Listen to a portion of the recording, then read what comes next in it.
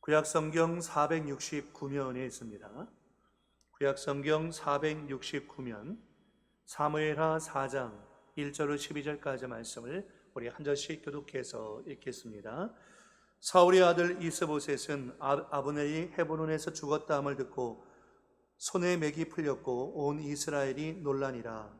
사울의 아들 이스보셋에게 군 지휘관 두 사람이 있으니 한 사람의 이름은 바하나요 한 사람의 이름은 레갑이라. 베냐민 족속 부에롯 사람 림몬의 아들들이더라. 부에롯에도 베냐민 지파에 속하였으니 일찍이 부에롯 사람들이 기타임으로 도망하여 오늘까지 거기에 우거함이더라. 사울의 아들 요나단에게 다리 저는 아들 하나가 있었으니 이름은 무비보셋이라. 전에 사울과 요나단이 죽은 소식이 이스라엘에게 올 때 그의 나이가 5살이었는데 그 유모가 안고 도망할 때 급히 도망하다가 아이가 떨어져 절게 되었더라. 부에롯 사람 림몬의 아들 레갑과 바하나가 길을 떠나 볕이 쬐을 때쯤에 이스보셋의 집에 이르니 마침 그가 침상에서 낮잠을 자는지라. 레갑과 그의 형제 바하나가 밀을 가지러 온 채하고 집 가운데로 들어가서 그의 배를 찌르고 도망하였더라. 그들이 집에 들어가니 이스보셋이 침실에서 침상 위에 누워 있는지라. 그를 쳐 죽이고 목을 베어 그 위에 누워 그의 머리를 가지고 밤새도록 아라바 길로 가 헤브론에 이르러 다윗 왕에게 이스보셋의 머리를 들이며 아뢰되 왕의 생명을 해하려 하던 원수 사울의 아들 이스보셋의 머리가 여기 있나이다. 여호와께서 오늘 우리 주 대신 왕의 원수를 사울과 그의 자손에게 갚으셨나이다 하니 다윗이 부에롯 사람 림몬의 아들 레갑과 그의 형제 바하나에게 대답하여 그들에게 이르되 내 생명을 여러 환난 가운데서 건지신 여호와께서 살아계심을 두고 맹세하노니 전에 사람이 내게 알리기를 보라 사울이 죽었다 하며 그가 좋은 소식을 전하는 줄로 생각하였어도 내가 그를 잡아 시글락에서 죽여서 그것을 그 소식을 전한 가품으로 삼았거든. 하물며 악인이 의인을 그의 집 침상 위에서 죽인 것이겠느냐. 그런즉 내가 악인의 피 흘린 죄를 너희에게 갚아서 너희를 이 땅에서 없이 하지 아니하겠느냐 하고 청년들에게 명령하며 곧 그들을 죽이고 수족을 베어 헤브론 목가에 매달고 이스보셋의 머리를 가져다가 헤브론에서 아브넬의 무덤에 매장하였더라. 아멘. 성령께서 오늘도 예배드리는 우리 20년 가운데 말씀하시고 우리 가운데 복을 내려주실 줄 믿습니다. 오늘 함께 읽은 사무엘하 4장 1절로 12절까지 말씀을 가지고서 악인은 자기가 꾀한 일에 스스로 걸려든다라는 제목으로 같이 말씀의 은혜를 나누기 원합니다. 우리가 지난 시간에 다윗이 헤브론에서 이스라엘의 왕이 되어지고 이스보셋은 11개 지파의 왕이 되었다고 했습니다. 그래서 사무엘 3장 말씀 가운데 아브넬이 이제 모든 판세가 다윗에게 기울어져 있고 또 아브넬이 죄를 진 부분에 대해서 이스보셋이 질책을 하니까 분노한 마음으로 다윗에게로 전향하게 되어집니다. 그래서 다윗에게로 전향한 아브넬이 결국은 요압의 꾀에 의해서 죽임을 당하게 되어지고 다윗은 아브넬의 죽음을 애가로 지어서 희원을 하게 되었습니다. 아브넬의 배신과 죽음은 이스보셋에게는 굉장히 큰 아마 충격이었을 것입니다. 아브넬이 배신한 것 때문에 충격을 받았고 또 아브넬이 죽은 것 때문에 또 충격을 받았습니다. 이중적인 충격을 받은 거죠. 4장의 내용 가운데 그런 내용이 나옵니다. 이스보셋의 군장관이었던 바하나와 레갑이 아브넬과 같이 이스보셋을 배신하고 이스보셋을 죽이는 그런 반역의 행위를 레갑과 바하나가 행하는 행동이 나오게 되어집니다. 우리가 이것을 통해서 먼저 깨달을 수 있는 것은 어리석은 사람은요 학습 효과가 전혀 없다는 것입니다. 우리가 성경을 통해서 이런 부분들은 우리가 하지 말아야 되겠다라는 것을 분별하고 알아야 되는데 사람들이 그것을 보고서 그건 안 돼 라고 하지만 시간이 조금 지나고 나면 학습 효과가 전혀 없습니다. 아브넬이 죽는 모습을 보고서 레갑과 바하나는 그와 같은 행동을 하지 말았어야 했습니다. 왜냐하면 다윗이 그것을 좋아하지 않았거든요. 다윗이 일찍이 사울의 죽음과 요나단의 죽음 그리고 아브넬의 죽음에 대해서 애가를 지어서 부르고 애통해하고 밥을 먹지 않을 정도였습니다. 그런데 이 레갑과 바하나의 마음은 어떤 마음이었냐면 이제 모든 판세가 기울었으니까 이스보셋을 내가 죽여서 다윗에게로 가져간다면 분명히 다윗이 나에게 뭔가 보답을 해주지 않겠는가라는 그런 마음을 갖고 있던 거죠. 기회주의적인 악랄한 악인이었던 것입니다. 다윗은 그것을 기뻐할 리가 없습니다. 그런데 어리석은 사람은요, 이 모든 것을 보고 있음에도 학습 효과가 전혀 없기 때문에 또 그런 어리석은 일을 반복해서 하고 있는 것입니다. 여러분, 이스라엘이 그랬죠. 하나님께서 예언자와 선지자를 보내서 그들이 범죄하고 죄짓고 우상 숭배할 때 그렇게 하지 말라고 누누이 말씀하고 때때로 징계와 책망을 통해서 돌이켰음에도 불구하고 오래가지 못했습니다. 아니, 그렇게 책망을 당하고 징계를 받으면서도 또다시 우상 숭배하고 범죄하는 이스라엘의 모습을 발견할 때가 있다는 거죠. 그래서 역사가 아놀드 토인비는 얘기하길요, 인류는 역사를 통해서 아무것도 배우지 않는다라는 표현을 썼습니다. 역사 공부가 왜 중요한가?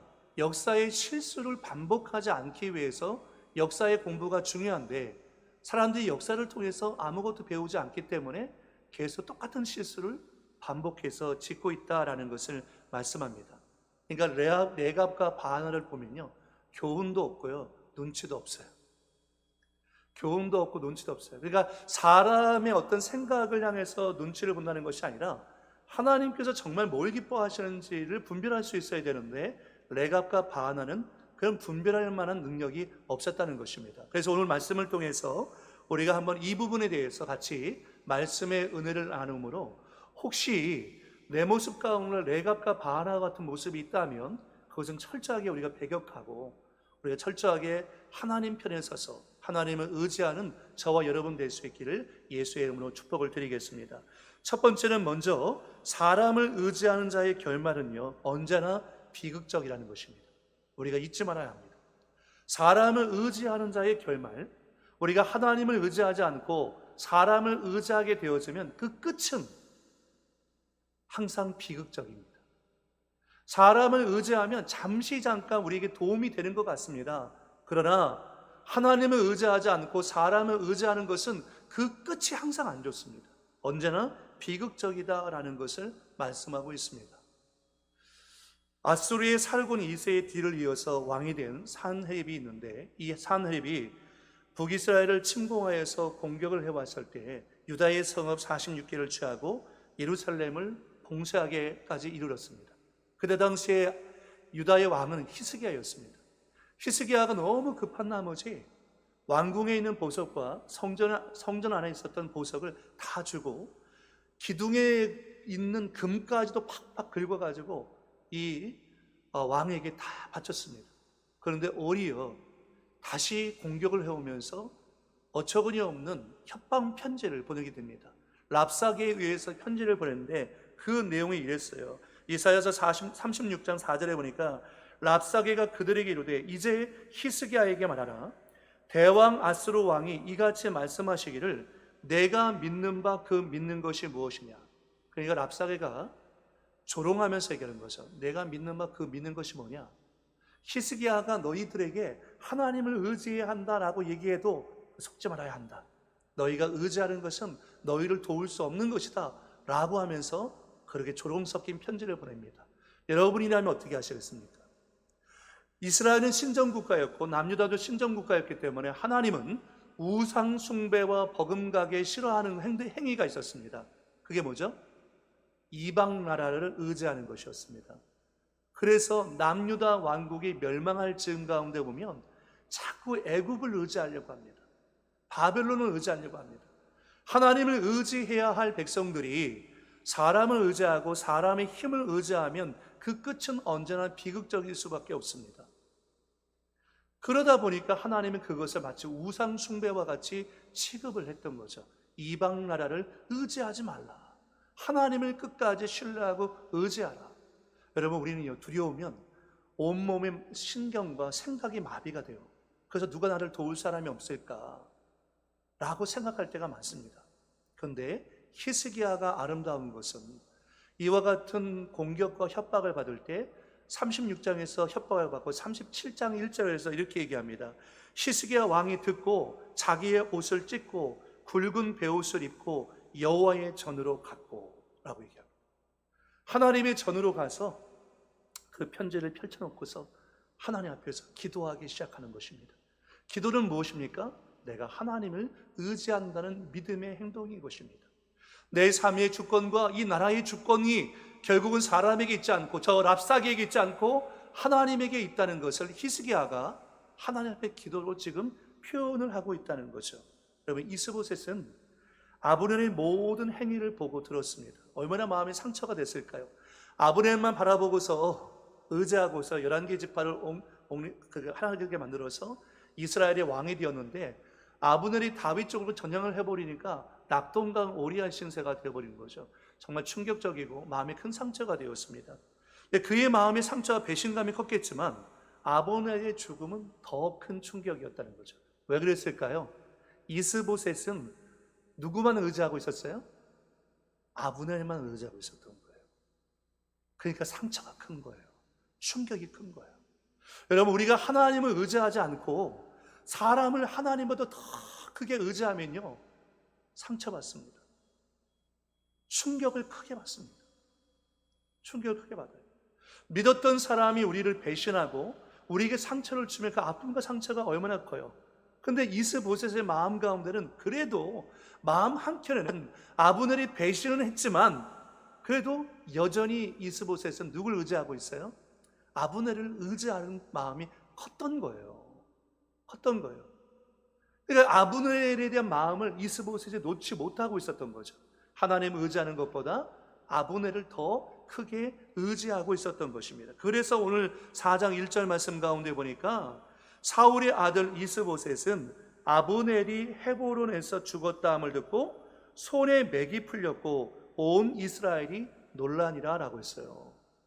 아브넬이 죽었다는 소식을 듣고요, 말씀해 보니까 손에 맥이 풀렸고, 이 손에 맥이 풀렸다는 것은 손가락 하나 움직일 수 없을 정도로 완전히 힘이 빠진 상태. 아마 여러분 다 경험해 보셨을 거예요. 인생의 어려움을 경험하게 되어지면 정말 이 주먹이 안 젖어요. 손가락 하나 들 힘이 없어요. 힘이 없어요. 그럴 정도로 손에 맥이 완전히 불려져 있다는 거죠. 그러니까 이스보셋에게 있어서 아브넬은 두려움의 대상인 동시에 의지의 대상이었다는 거죠. 여러분, 사람의 마음이 참 아이러니해요. 저 사람 때문에 힘들어요. 저 사람 때문에 힘든데 그 사람을 또 의지하고 있네요. 이중적인 마음이 있는 거죠. 인간의 마음 가운데 우리가 하나님을 의지해야 하는데 그 사람에 대한 배신감 때문에 충격이 크지만 여전히 마음 한켠에는 그 사람을 의지하고 해서 나를 도와줬으면 하는 이 이스보셋의 마음이 우리의 마음 가운데 있다는 거예요. 이 사람을 여전히 의지하고 있었다는 것입니다.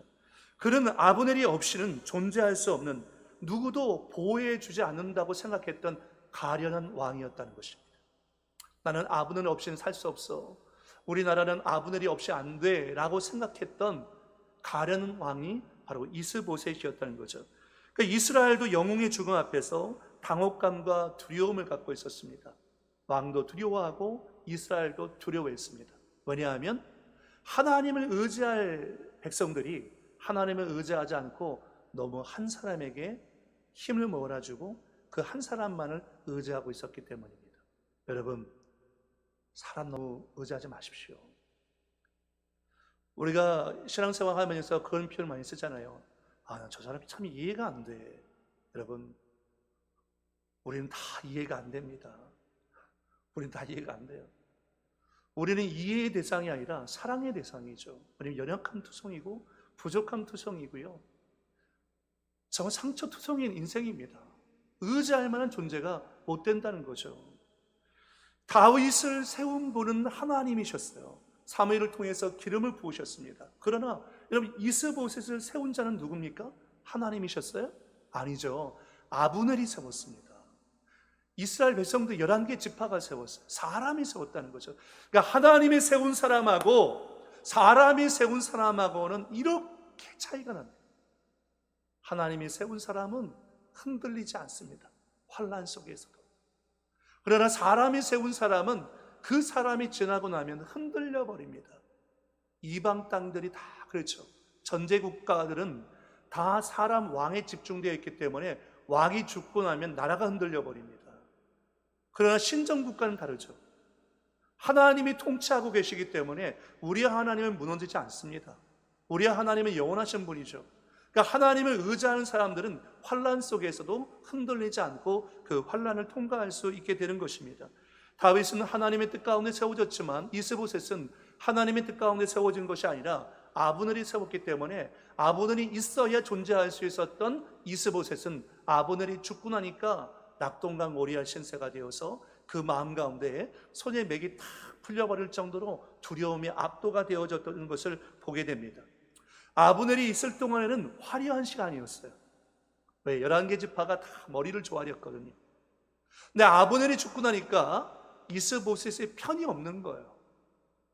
그러니까 이스보셋이 너무 힘들고 고통스러운 상황이 됐다는 것입니다. 여러분, 인간은 영원히 의지할 대상이 되지 못합니다. 우리 시편 기자가 이렇게 고백하는데요. 같이 한번 읽어보겠습니다. 시편 146편 3절 이하입니다. 시작. 귀인들을 의지하지 말며 도울 힘이 없는 인생도 의지하지 말지니 그의 호흡이 끊어지면 흙으로 돌아가서 그날에 그의 생각이 소멸하리로다. 야곱의 하나님을 자기의 도움으로 삼으며 여호와 자기 하나님에게 자기의 소망을 두는 자는 복이 있도다. 귀인들을 의지하지 말며 도울 힘이 없는 인생도 의지하지 말라. 왜 그렇습니까? 그의 호흡은 이 코에 달려 있잖아요. 유한한 인생을 의지할 가치가 없다는 거예요. 여러분, 인간이 그래요. 우리가 여러분이 그토록 좋아하는 친구가 있잖아요. 여러분, 친구도 너무 의지하지 마세요. 인간의 마음은 늘 시시각각 변합니다. 지금은 나는 너 없이는 못 살 것 같다라고 얘기하지만 어느 순간에가 큰 깊은 상처를 주는 것이 인간인 것입니다. 그래서 어떻게 보면 우리는 인간관계 속에서 항상 뭐 할 준비를 가지고 있어야 되냐면 상처받을 준비를 하고 있는지 모르겠어요. 가족도 마찬가지잖아요. 여러분, 남편도 의지의 대상이 아니에요. 자식도요, 의지의 대상이 아니에요.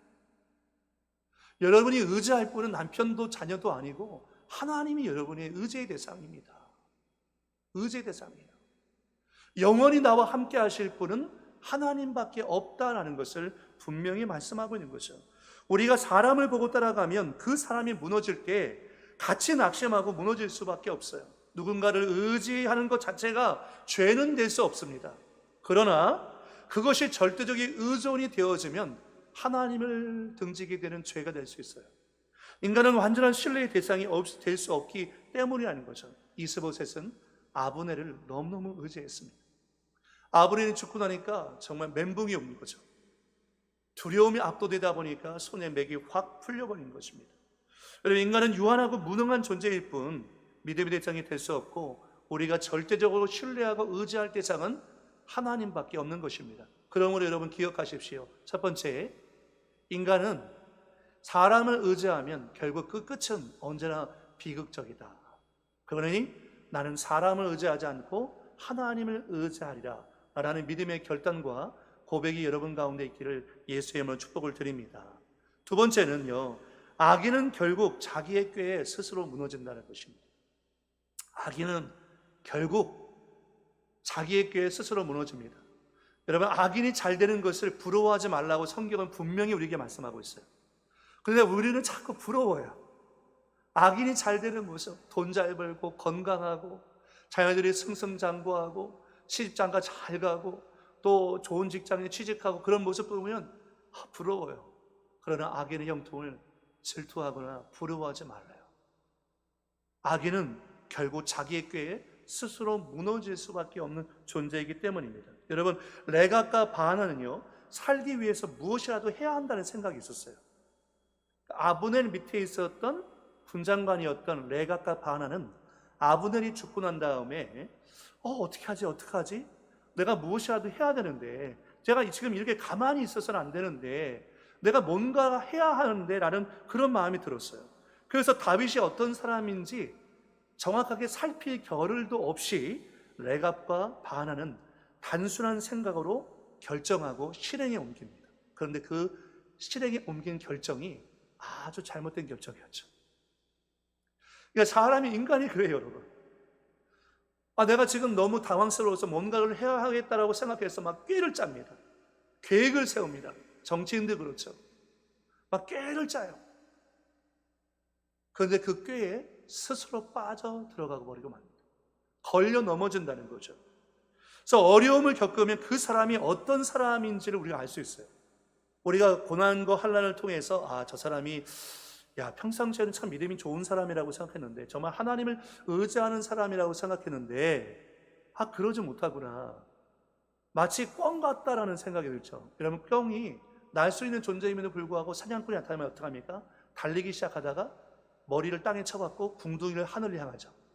자기가 보이지 않으면 사냥꾼이 자기를 발견하지 못할 것이라고. 꿩대가리 같은 사람들이 얼마나 많습니까? 꿩머리 같은 분들이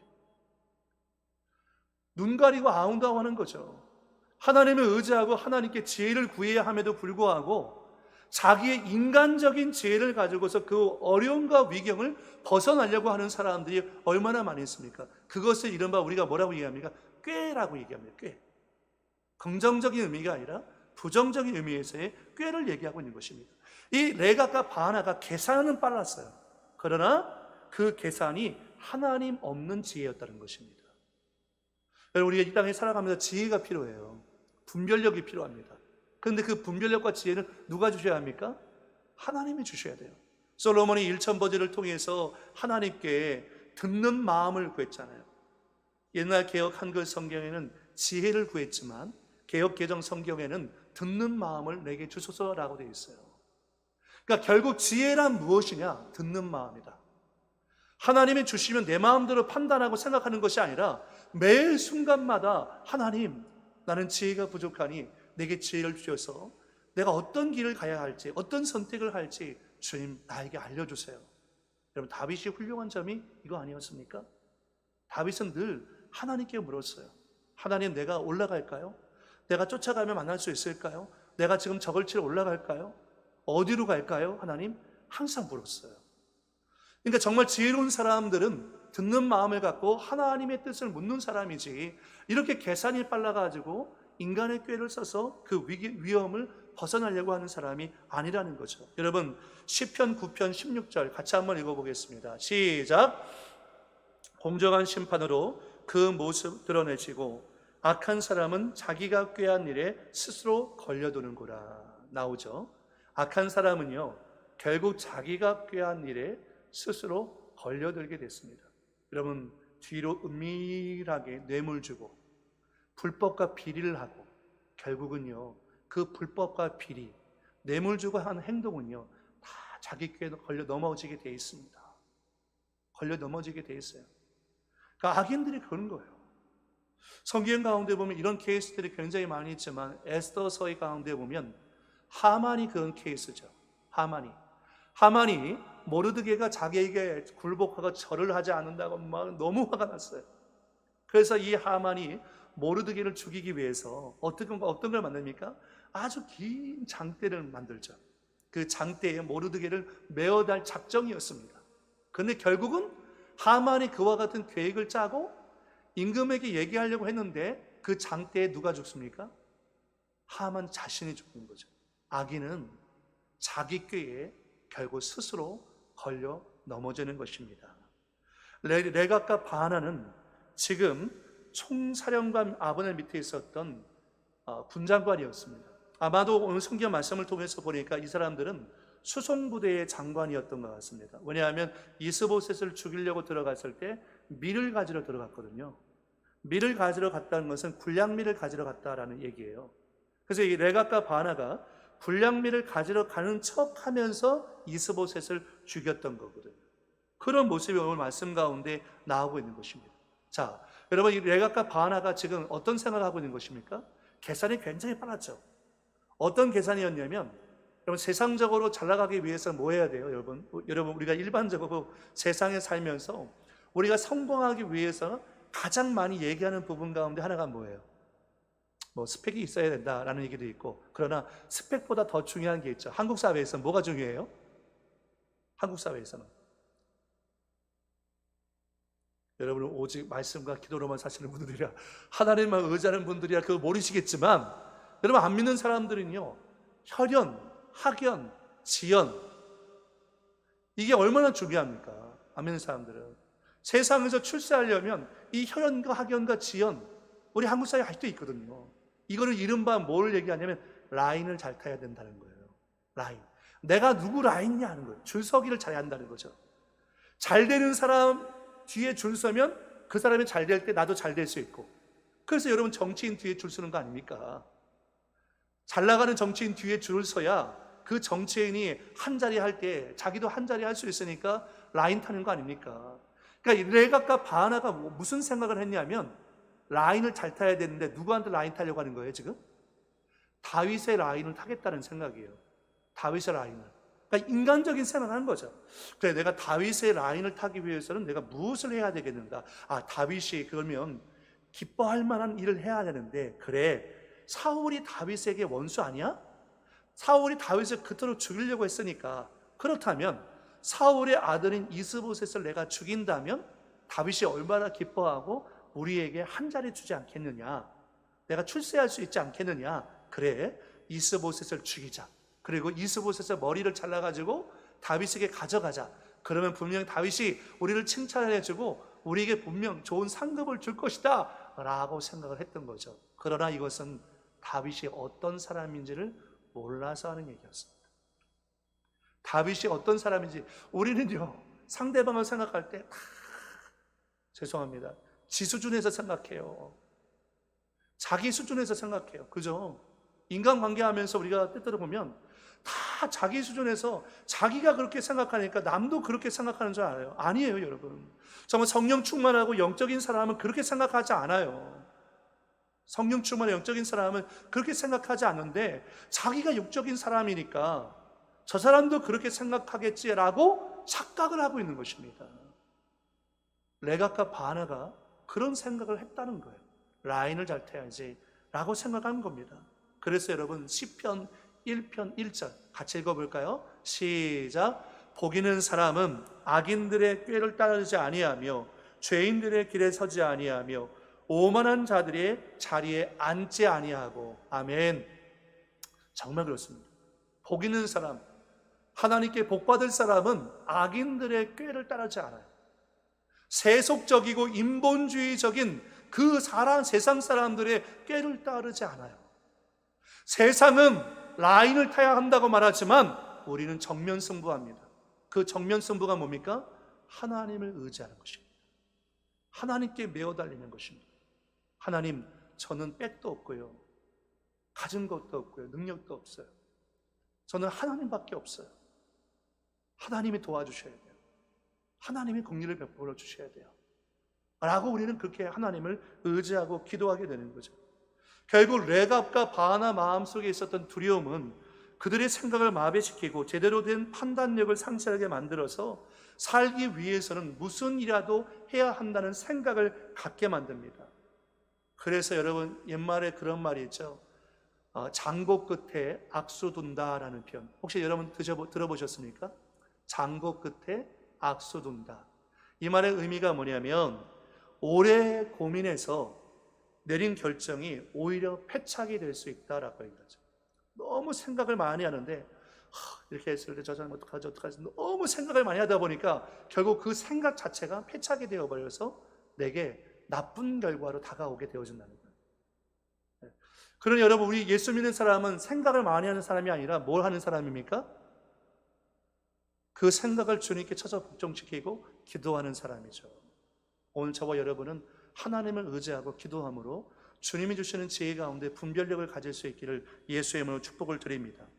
권력을 유지하기 위해서 정적을 제거하고 모략과 술수를 세우지만 우리는 역사의 주권자이신 하나님을 의지하는 사람들입니다. 결국 이 나라 민족을, 우리의 교회와 가정을 통치하는 분은 누구냐면 사람이 아니라 하나님이 역사와 세계와 우리 순복음의 교회와 여러분의 가정과 삶을 통치하시는 분은 하나님이십니다. 그러니 여러분, 우리의 꾀를 세우는 것이 아니라, 사람이 인본주의적인 생각을 세우는 것이 아니라 우리가 하나님께 기도함으로 하나님 앞에 지혜를 구해야 하는 것입니다. 하나님의 긍휼을 구해야 되는 거죠. 레갑과 바하나는 잘못된 생각을 하고 있었다는 것입니다. 그래서 이런 기회를 놓칠 수 없어서 어떤 비열한 공경심과 사악한 출세욕에 사로잡힌 이 레갑과 바하나는 이 이스보셋과 자기들이 같은 지파 출신이었습니다. 베냐민 지파 출신이었어요. 그런데 어떻게 했냐면 이 이스보셋이 낮잠을 자고 있습니다. 어떤 사람들은 이스보셋이 낮잠을 자는 것 때문에 이 사람이 얼마나 나태한가라고 얘기하지만 나태한 게 아니라, 여러분 지금도 중동 지역 사람들은요, 낮에는 너무 더우니까요, 오침이 있어요. 오침. 낮에, 한낮에 잠깐 잠을 잡니다. 그러니까 이 이스보셋이 정오에 잠을 자고 있었어요. 그런데 군에서 장관의 역할을 맡고 있었던 레갑과 바나가 밀을 가지기 위해서 이 이스보셋이 잠들고 있는 곳을 들어오게 되어지는데요, 들어와서 어떻게 했냐면 칼로 이스보셋의 배를 찌르고, 그리고 목을 베어서 그것을 들고 굉장히 먼 거리인데, 이스보셋이 있는 곳과 다윗이 있는 헤브론은 굉장히 먼 거리임에도 불구하고 그 머리를 가지고서 다윗을 찾아갑니다. 다윗을 찾아가요. 전형적인 기회주의자의 모습을 갖고 있는 것이 레갑과 바나인 거죠. 그러니까 자기들이 이 이스보셋의 머리를 갖고 가면 다윗이 좋아할 거라고 생각하지만, 여러분 다윗은 종전에 어떻게 했어요?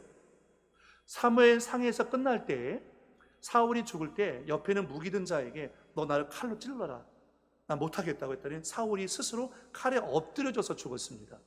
그런데 그 모습을 봤던 아말렉 소년이 타령을 하고 나와서 다윗에게 자기가 사울 왕을 죽였다라고 거짓말을 하죠. 아말렉 소년이. 그때 다윗이 어떻게 했죠? 칭찬해 주었습니까? 아니요. 아말렉 소년을 죽였습니다. 네가 어떻게 하나님의 기름 부으신 왕을 네가 감히 죽일 수 있느냐라고 하면서 아말렉 소년을 죽였어요. 그럼에도 불구하고 이것을 봤음에도 불구하고 이 레갑과 바나는 그걸 분별을 못 해내는 거죠. 다윗이 어떤 사람인지를 알지 못하고 다른 사람의 슬픔과 불행을 자기의 성공의 발판으로 삼는 아주 비열한 인간들이었습니다.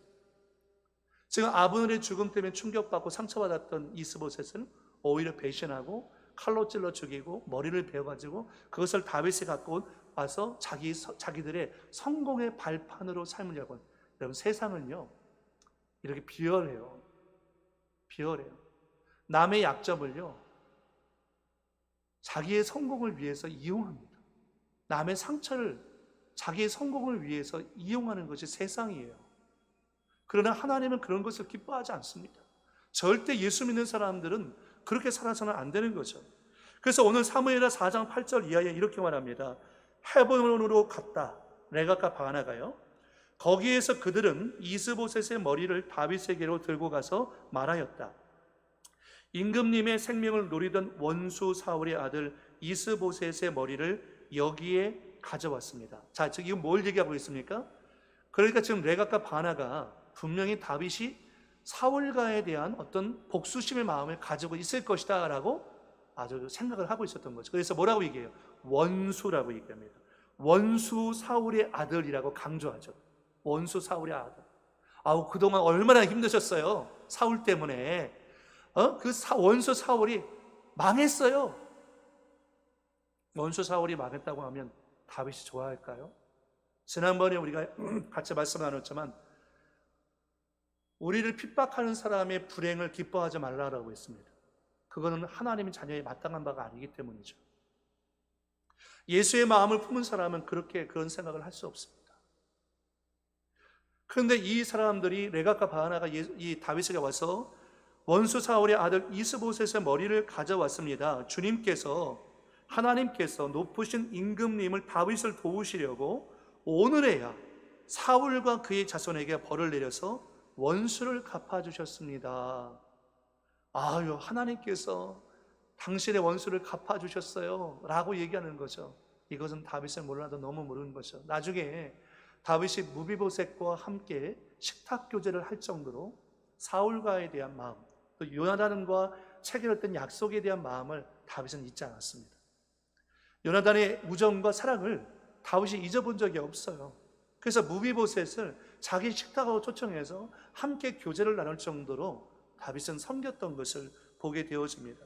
그래서 결국은 이 레갑과 바나는 자기 꾀에 자기들이 스스로 넘어지는데, 세 번째는요, 악인은요 자신이 무슨 일을 했는지 분별하지 못합니다.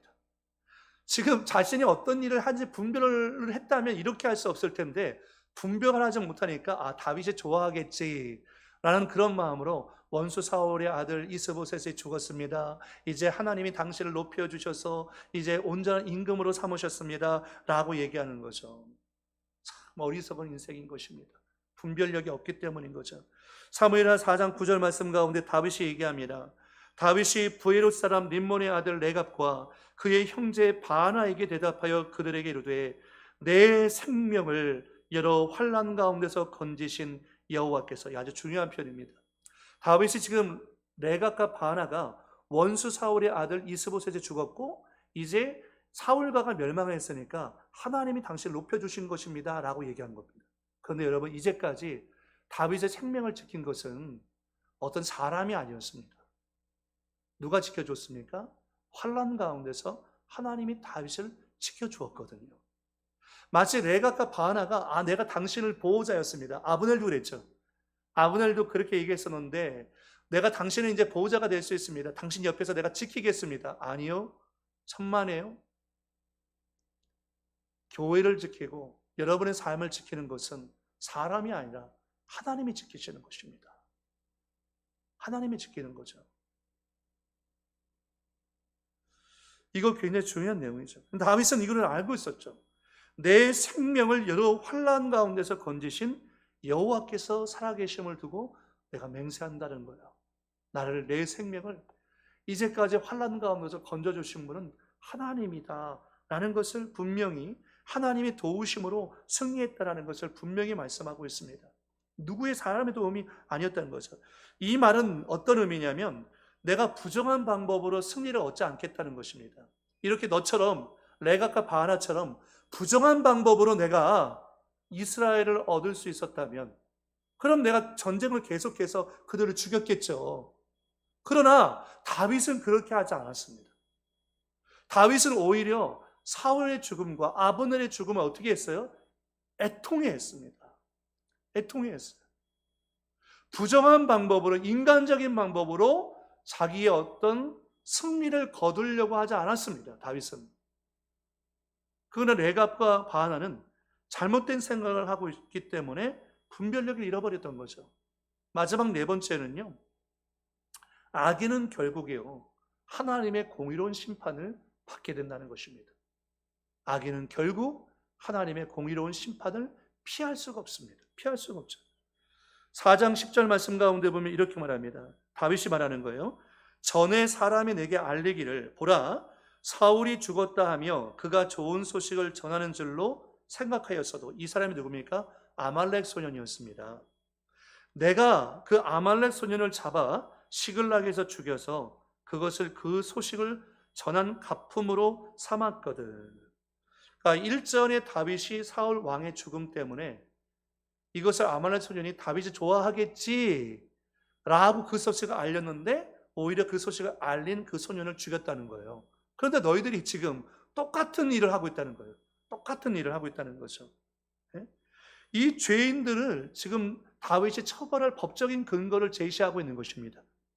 과거 죽임을 당한 사울 왕은 실제로 무고한 다윗을 죽이려 했던 죄인이었어요. 또 사울을 죽였다고 주장한 아말렉 소년은 어쩔 수 없는 상황 속에서 그렇게 했다고 얘기했다고 하지만, 그러나 하나님의 기름 부음 받은 자를 함부로 죽인 이 아말렉 소년을 다윗은 용서할 수 없었습니다. 그래서 이 아말렉 소년을 죽인 거죠. 그래서 오늘 11절에 이렇게 말합니다. 다윗이 하물며 악인이 의인을 그의 집 침상에서 죽인 것이겠느냐. 악인은 누굽니까? 레갑과 바나입니다. 여기서 말하고는 의인은 누구예요? 이스보셋을 얘기하고 있는 거죠.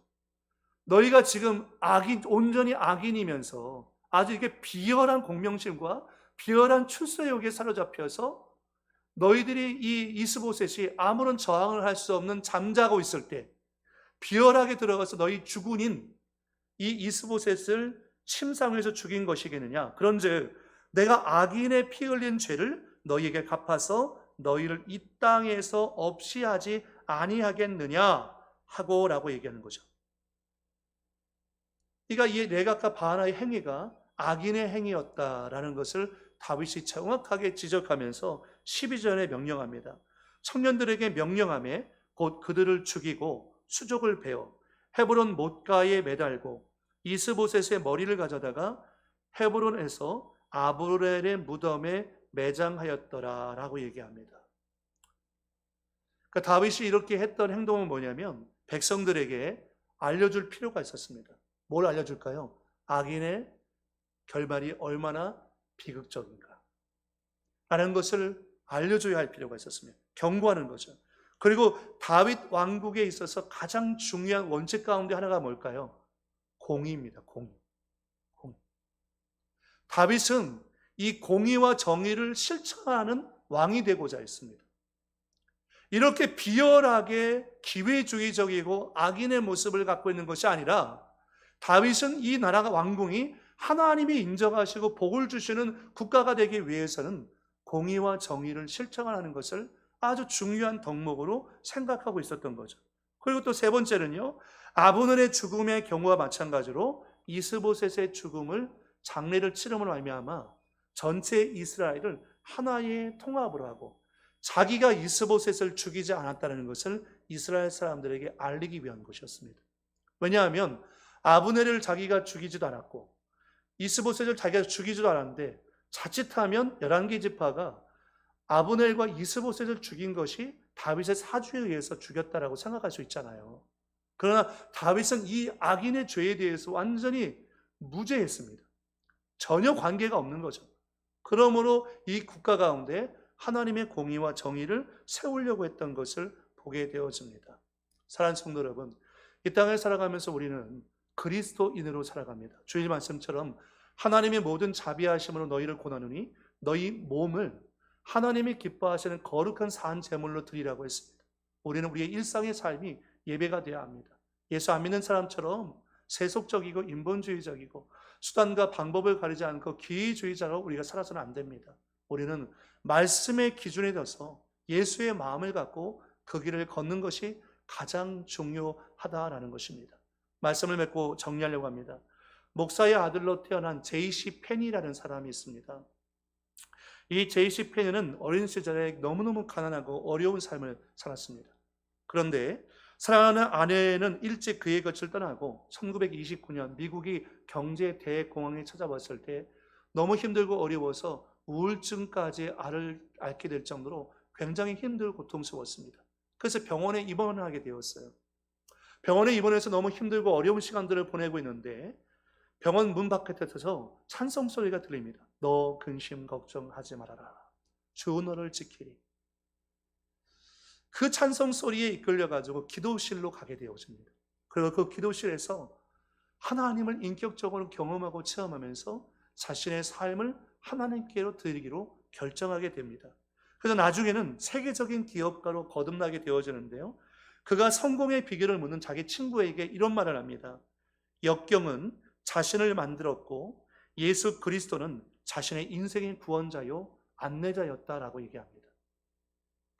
우리가 길을 잃어버리지 않고 악인의 길을 가지 않는 것은 우리의 인생의 안내자가 사람이 아니라 오직 예수 그리스도이기 때문입니다.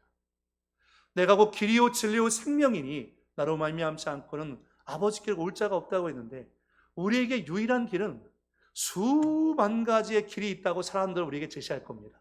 그러나 우리의 오직 한 길은 예수 그리스도밖에 없습니다. 저와 여러분은 세상 사람들이 다 걷는 아유 남들도 다 그렇게 살아. 야 너만 뭐 그렇게 깨끗하고 고고하다고 그렇게 하냐. 이렇게 얘기한다 할지라도 우리는 주님이 기뻐하시는 말씀의 길, 주님이 인도하시는 그 길로 저와 여러분이 걸어가 결국 주님 앞에 칭찬 듣는 공의와 정의를 실천하는 저와 여러분 될 수 있기를 예수의 이름으로 축복을 드리겠습니다. 기도하겠습니다. 살아계신 아버지 하나님, 악인은 결국 자신의 만들어진 그 꾀에 의해서 무너지고 악인의 결국은 언제나 비참하고 비극적일 수밖에 없습니다. 하나님께서 심판자가 되시기 때문입니다. 시편 73편의 아삽은 그 마음 가운데 악인의 형통함을 보고서 질투하고 시험에 들었다가 성소에 들어가서 악인의 결국을 깨닫고 난 다음에 자신의 무지한 생각을 하나님께 회개했습니다. 아버지 하나님, 오늘 우리의 마음 가운데 악인을 질투한 생각이 있다면 회개하게 하시고, 아버지 오직 의인을 삶의 걸음을 기뻐하시고 경건한 자에게 복을 주시는 하나님을 신뢰하며 나갈 수 있도록 인도해 주옵소서. 이제까지 우리가 살아온 것이 사람의 도움이 아니라 하나님의 도움으로 살아왔던 것입니다.